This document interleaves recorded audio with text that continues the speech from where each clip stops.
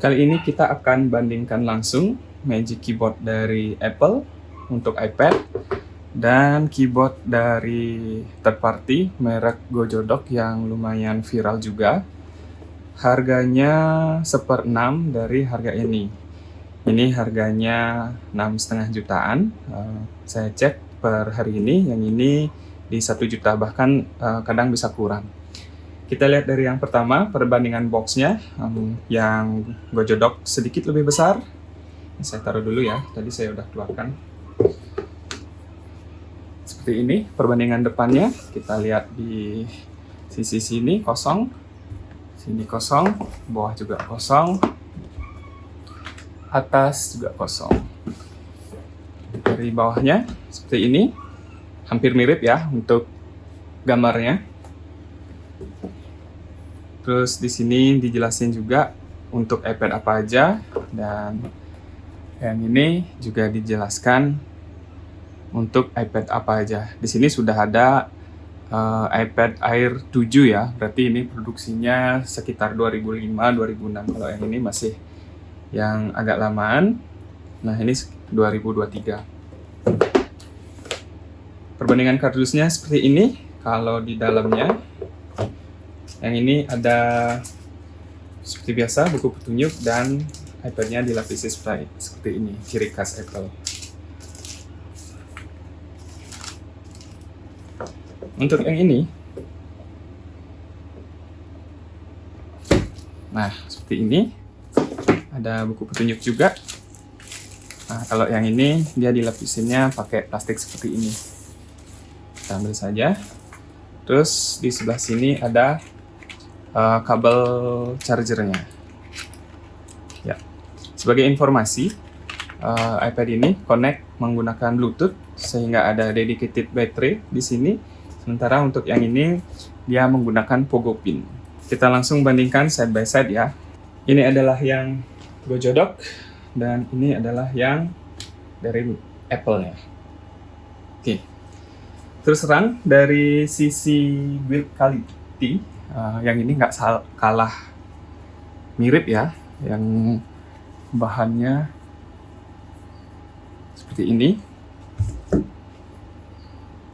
Nah, mirip. Kemudian kalau dari dimensi tentu saja harusnya mirip karena ini untuk iPad 11 inch. Dan kita bandingkan lagi untuk ketebalan. Nah, di sini terlihat perbedaan ketebalan.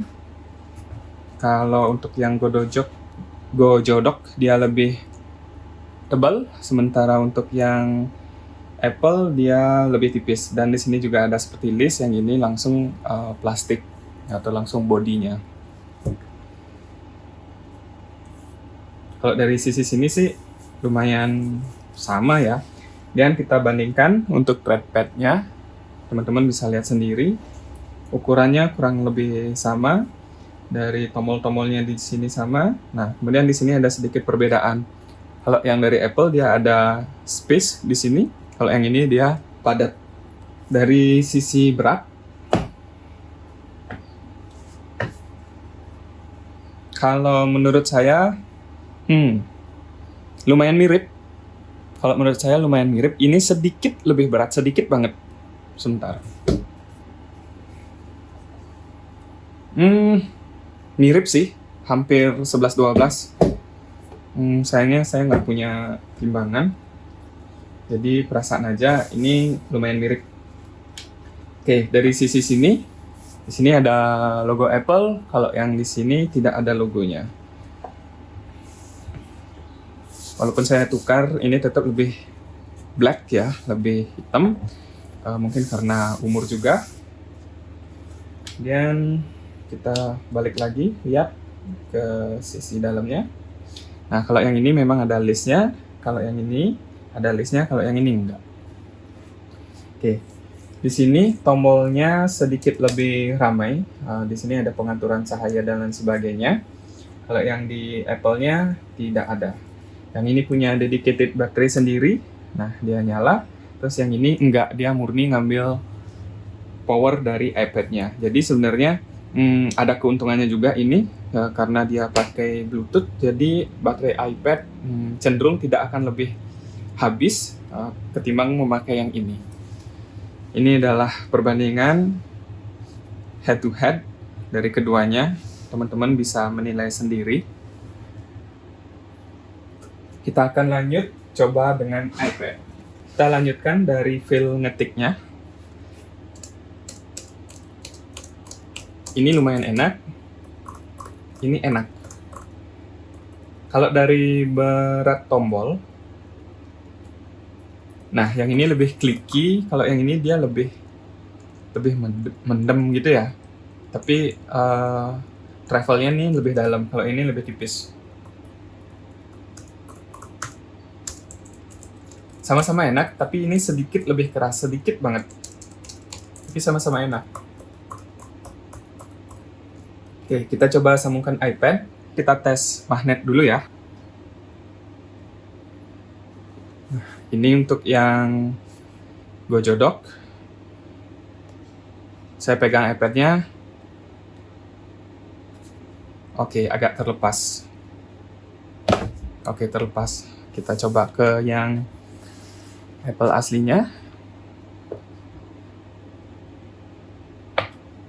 Saya pegang iPad yang sama. Oke, ini lebih kuat ya, perbandingannya seperti itu. Tentu saja, ketika ini disambung, dia sudah otomatis connect karena pakai Pogo Pin, dan di sini juga ada backlight-nya.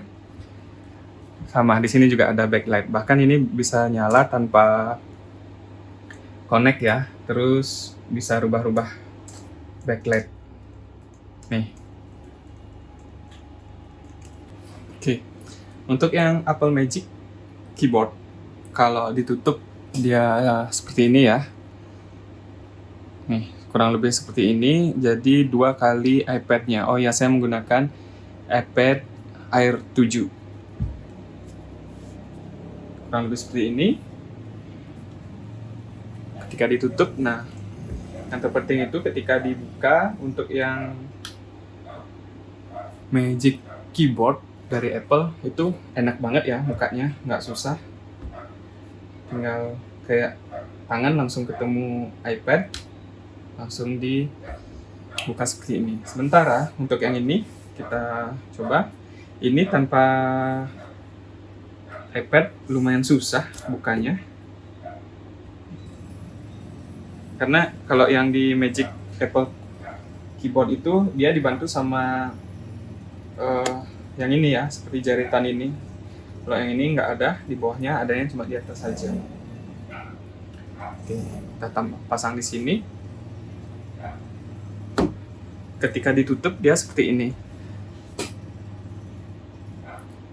Sedikit lebih tebal ya, kelihatan banget. Yang iPad sama yang keyboardnya aja itu sama besar, kemudian ditambah dengan yang lapisan yang ini. Nah, ini lumayan PR ketika buka karena tangan agak susah ketemu iPad ya. Nah, seperti ini. Agak susah bukanya. Harus benar-benar hati-hati dan pelan-pelan. Seperti itu. Kalau yang ini gampang banget. Tutup. Bahkan ini nempel di meja pun kita bisa ya. Tuh. Karena tangan kita bisa dengan mudah ngambil yang ini. Ini sebenarnya salah satu detail kecil mungkin yang perlu diperhatikan oleh third party seperti ini. Karena tadi yang ini jarak iPad dan ini benar-benar rata. Kalau yang ini dia ternyata masuk sedikit, jadi ketika ngambil iPad-nya itu mudah sekali ya. Tuh. Saya tunjukkan sekali lagi. Nah, dia datar, bahkan cenderung masuk ya. Ini yang menyebabkan lumayan susah ngambil. Karena ada ketakutan kalau misalnya kita ngambil antara ini dan ini, sebenarnya agak lumayan riskan ya jadinya. Kita lebih nyaman kalau bisa kita pegang langsung, itu adalah iPad-nya. Yang ini mouse-nya rasanya tidak ada delay ya, ada tapi sedikit banget. Oke, kita coba langsung ke yang sebelah.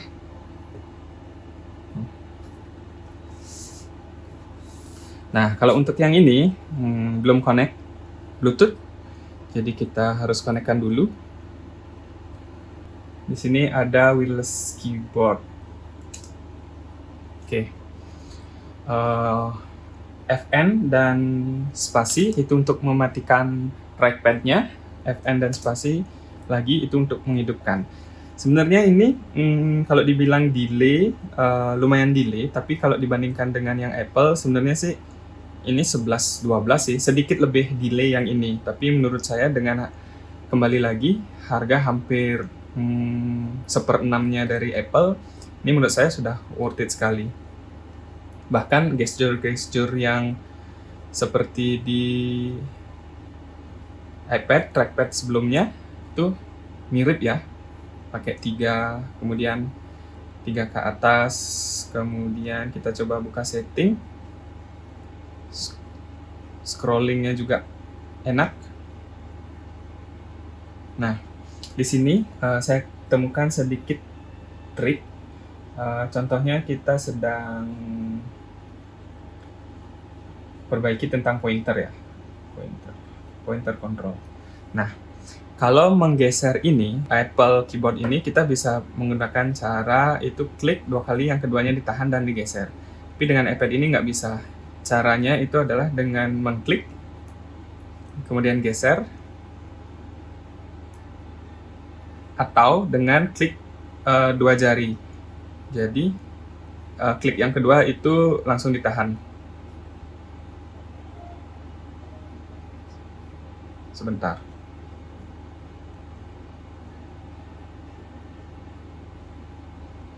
Nah, seperti ini. Jadi pakai 2 jari. Ini salah satu trik yang saya temukan dalam penggunaan GoJodock ini.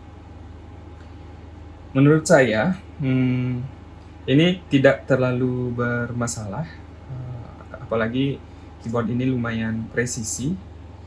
Kemudian, yang terpenting, ini sudah support iPad OS 26.5, karena setahu saya ada juga GoJodock yang mengeluarkan tipe 5 kalau nggak salah, 5 atau 6 gitu, dia menggunakan Pogo Pin. Malah saya browsing ketika iPad OS itu update ke 26, keyboardnya tuh udah jadi nggak support lagi, atau kadang support, kadang nggak. Mungkin ada perbedaan chip yang tidak bisa ditembus ya oleh si keyboard itu. Malahan dengan yang koneksi Bluetooth seperti ini, yang standar seperti ini, masih support dan lumayan presisi. Sini kita coba tekan trackpad. Nah, seperti ini ya.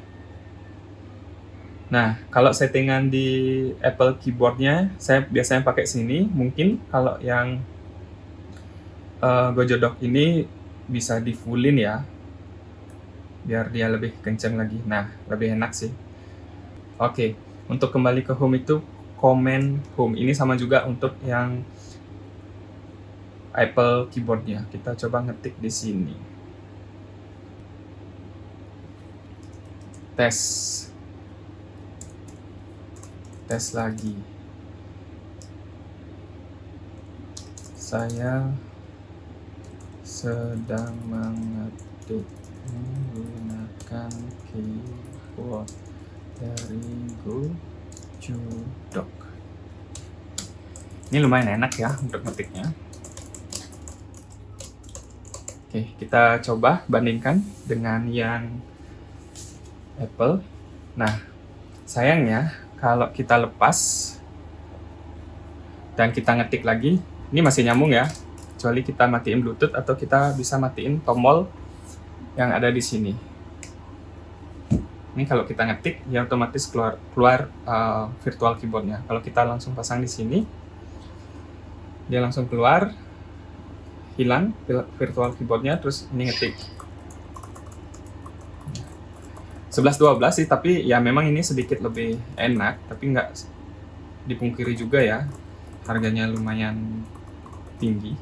Oke, ada satu kelebihan lagi dari GoJodock itu adalah tentang shortcut yang ada di tombol-tombol ini, yang dimana Apple tidak punya sama sekali. Jadi kita coba ya, tempelkan lagi di sini. Kemudian kita nyalakan. Nah, langsung connect ya, secepat itu. Terus kita coba volume dulu. Nah, aktif ya volume. Kemudian kecerahan. Nih, aktif juga. Dan ada shortcut lainnya. Ini shortcutnya berfungsi semua. Itu yang bisa kami bandingkan head to head antara Gojodock dan Magic Keyboard. Menurut teman-teman, apakah worth it membeli ini seharga 6,5 juta atau cukup dengan yang 1 juta bahkan memiliki beberapa fitur tambahan dan baterainya lebih awet karena ini ada dedicated baterai sendiri. Coba teman-teman komen di kolom komentar di bawah. Thank you.